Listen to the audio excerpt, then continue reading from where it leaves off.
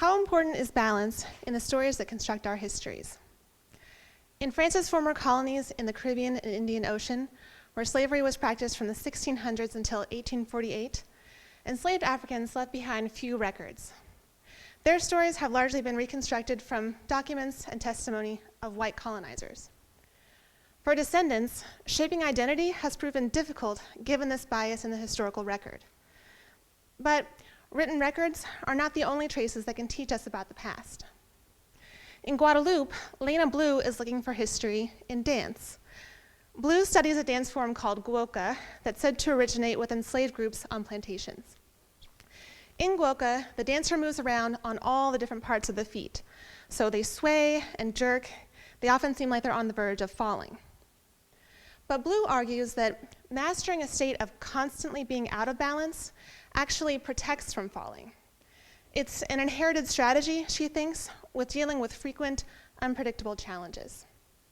Blue uses the Creole term Bigidi, that's spoken when someone trips but doesn't fall, to name this survival know-how that's been passed down through bodily practice. In my work, I'm looking at performances, literature, and films by the descendants of slavery to see how these works involve the artist in Bigidi-like gestures.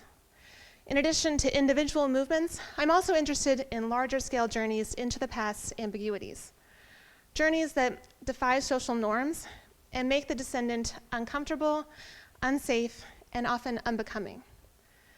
But can these movements away from balance actually help the descendant on their quest to settle identity anxiety? Every new performance is different from the first, but it carries some of its traces. Likewise, the experiences gained through the creative journey in these works also are different from the experiences of the enslaved, but they show some linking traits.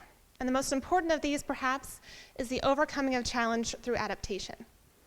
I find that the descendant who accepts instability and perseveres recognizes a know-how within themselves that speaks to resistance in their lineage. And this experiential knowledge empowers the descendant to assert a story of inherited strength against that of the colonizer's record.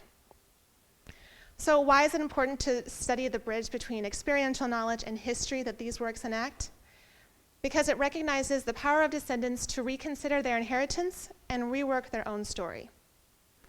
I want my work to influence the stance that scholars take with respect to the memory of colonial slavery. We can and should look more deeply at the performance of memory by descendants for the different kind of knowledge this offers about the past and about identity today. Thank you.